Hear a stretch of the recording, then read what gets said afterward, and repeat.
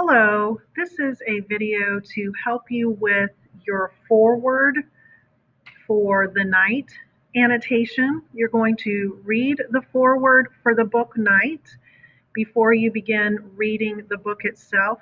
You've already completed a web quest about Hitler Youth during World War II. I wanted you to have, also a different perspective from the German point of view in terms of young children and teenagers who were forced, it was mandated that they join the Hitler Youth.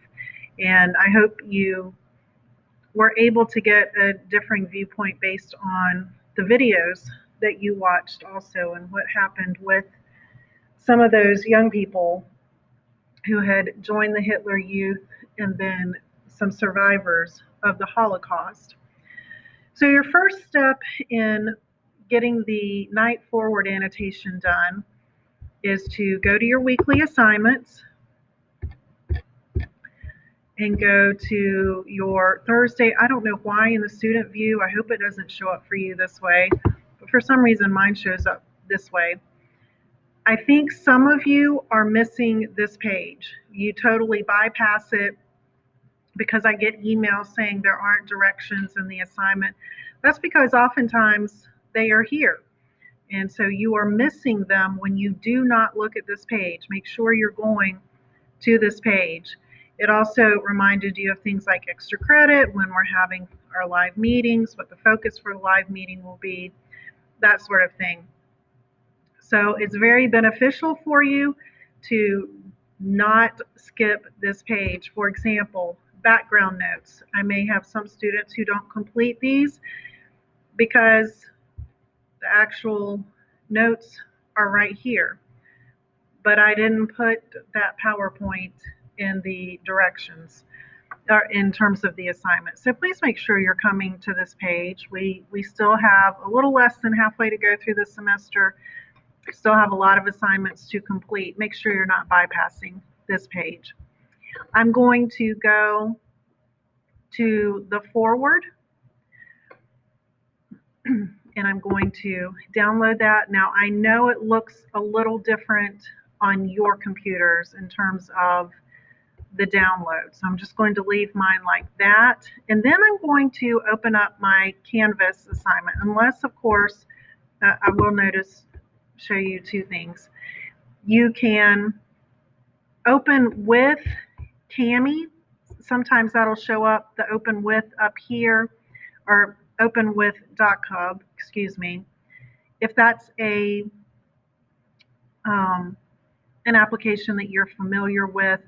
Some of you may also have Cami up here. I'm not sure if I still, the Cami extension. And if you do, you can also put it in there. So those are two different options. You would go to open from your computer and go to your downloads for that.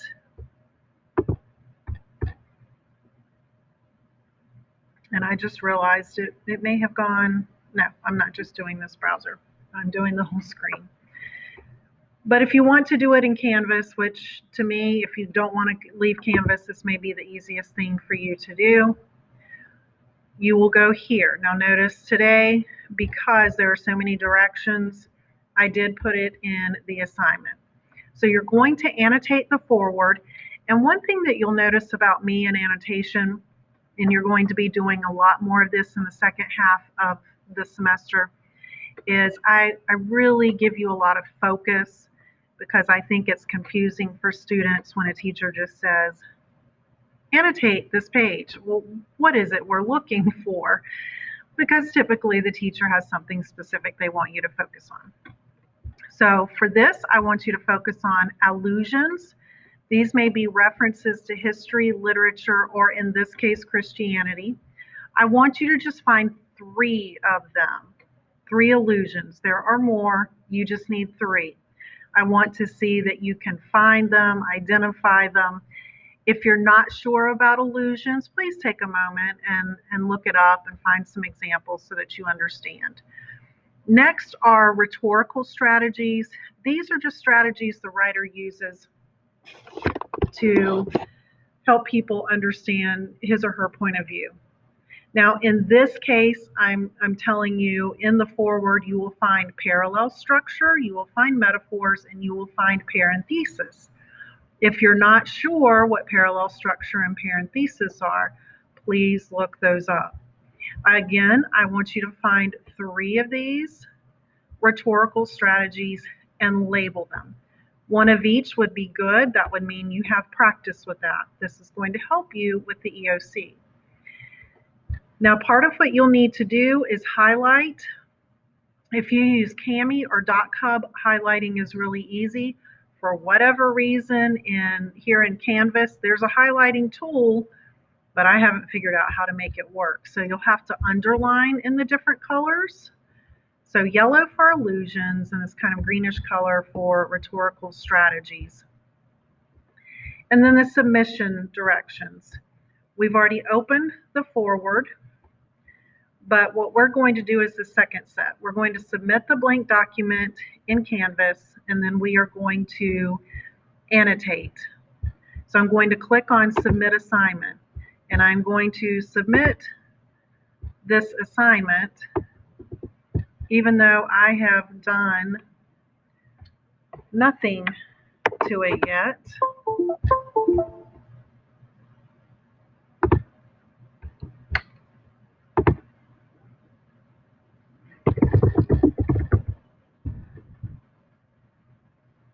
Okay. I'm going to click on this and click on Open. And then I'm going to put Submit Assignment. Look at what you get. You get a thumbs up and confetti. I don't get any of that when I grade things. Okay. So next, I'm going to click on Submission Details. Now, one thing I noticed about Canvas today is that the look of when you submit the assignment looks a little bit different. And I had read somewhere that Canvas was updating so it was easier for students to read teacher feedback. And I think that has finally happened. I didn't see it earlier in the week, just noticed it today. So click on Submission Details. I'm sorry about all this.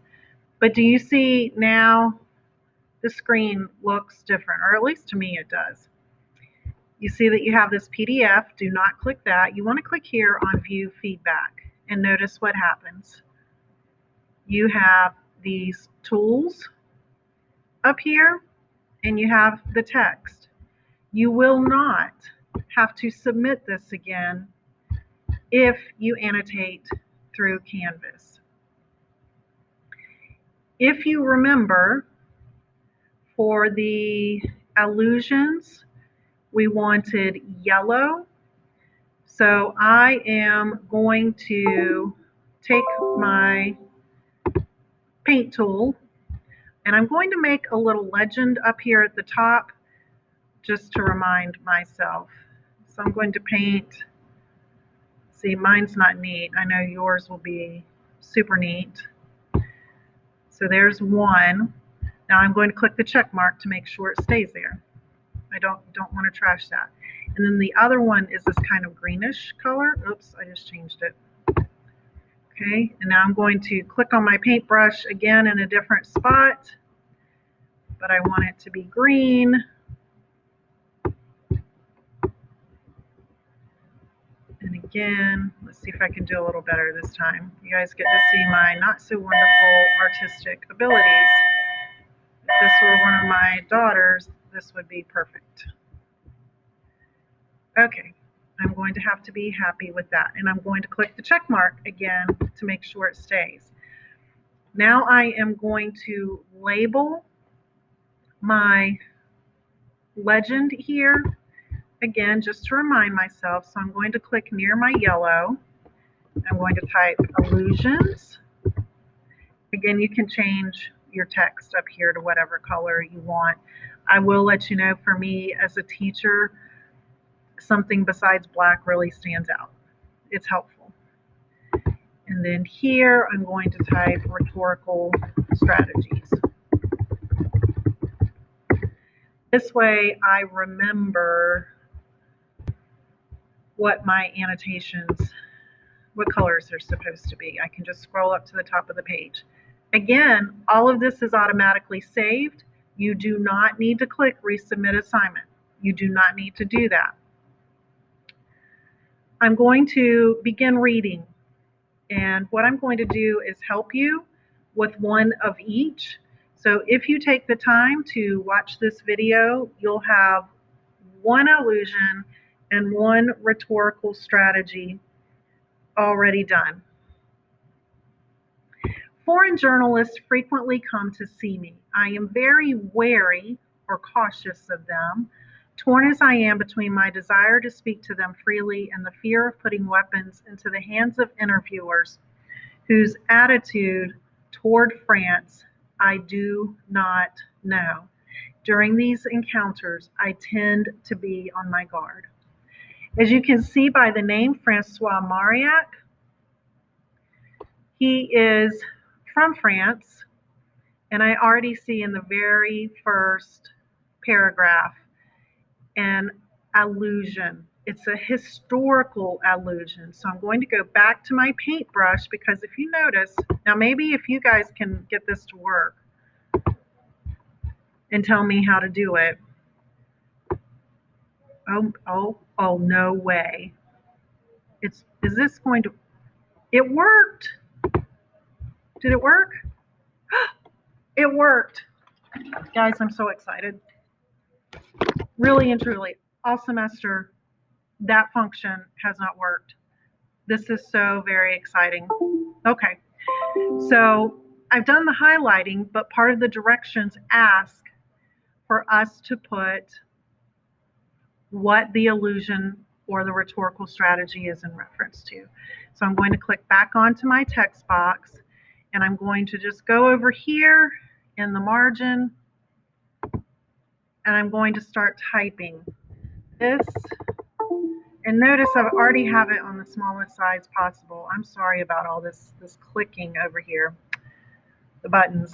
This is a reference. And one of the things you'll notice is that it is challenging. I'm going to try this a different way. I'm going to brainstorm for a moment. It is challenging to get it to space. So instead, I'm going to draw a box right here.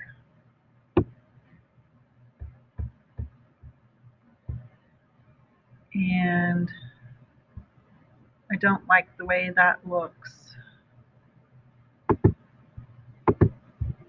So I'm going to trash this, and I can't. Wonder what happens if I then put a text box inside that box.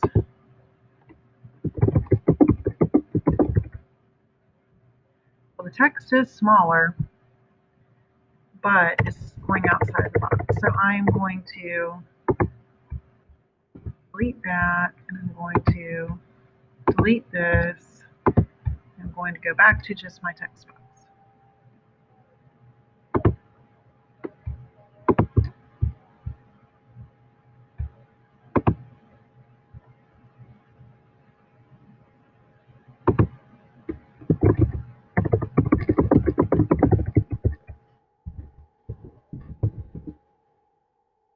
This is a reference to.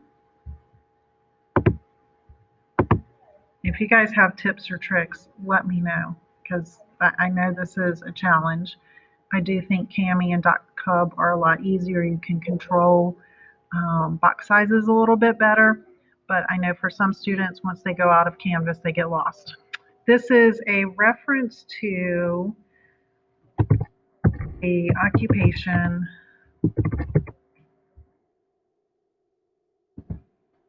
of France by the Nazis during World War II.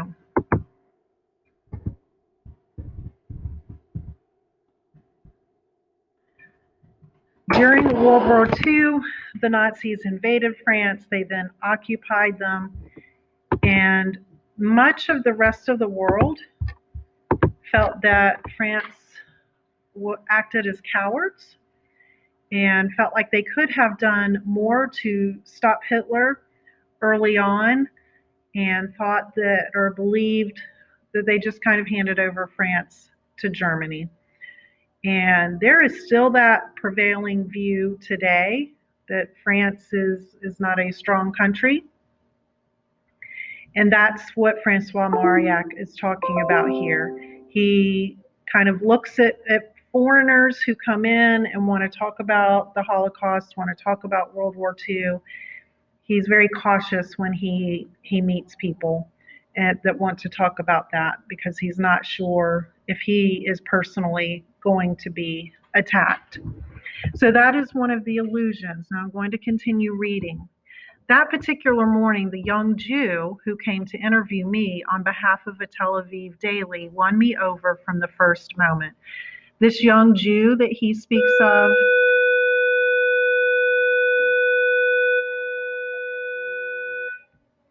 is the writer Elie Wiesel, who wrote the book Night that you're going to be reading, and this is the foreword for.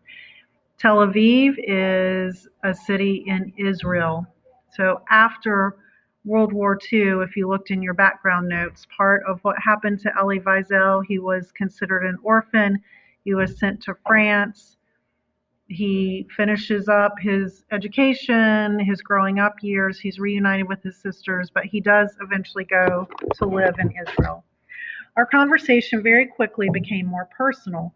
Soon I was sharing with him memories from the time of the occupation. Notice that's a capital O there.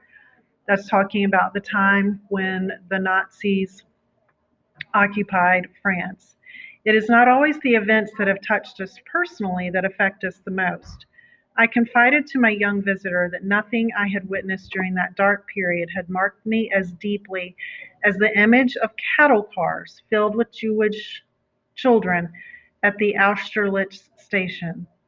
Yet I did not even see them with my own eyes. It was my wife who described them to me, still under the shock of the horror she had felt. At that time, we knew nothing about the Nazis' extermination methods, and who could have imagined such things? But these lambs, torn from their mothers, that was an outrage far beyond anything we could have thought possible. So I am going to stop right there. We need to highlight again. We now have a rhetorical strategy. Remember, those we want in green. I am going to highlight these lambs.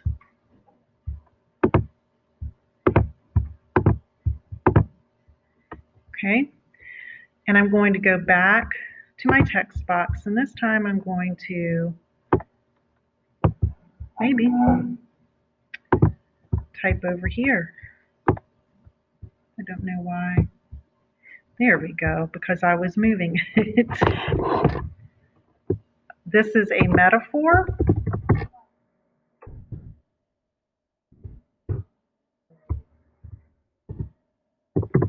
Lambs equal. Oh, well, now it's doing it correctly. When I did this in another class, like just an hour ago, it would type all the way outside to the margin. So maybe you can get it to work if you type on the right-hand side. But lambs equal children, that's the comparison there. Specifically, I'm going to put in Jewish children. There we go. That looks nice. Your task is to find two more allusions. I've given you one historical. There's also religious or references specifically to Christianity, and there are also references to literature. So you could find one of each one of those. And then your task is to find two more examples of rhetorical strategies. I've helped you with the metaphor. The other two are parallel structure and parenthesis. Again, look those up if you're not sure what they are or what they mean. Again, this is to help you with the night forward annotation. I look forward to reading this book with you next week. You also need to read chapter 1 over the weekend. In the PDF, the first chapter, because you'll notice there aren't chapter headings, it starts on page 3. And it is a pretty long chapter. The first few chapters are longer, but we'll take a look at deeper review of that come Monday for chapter 1. I hope this is helpful to you as you complete this assignment.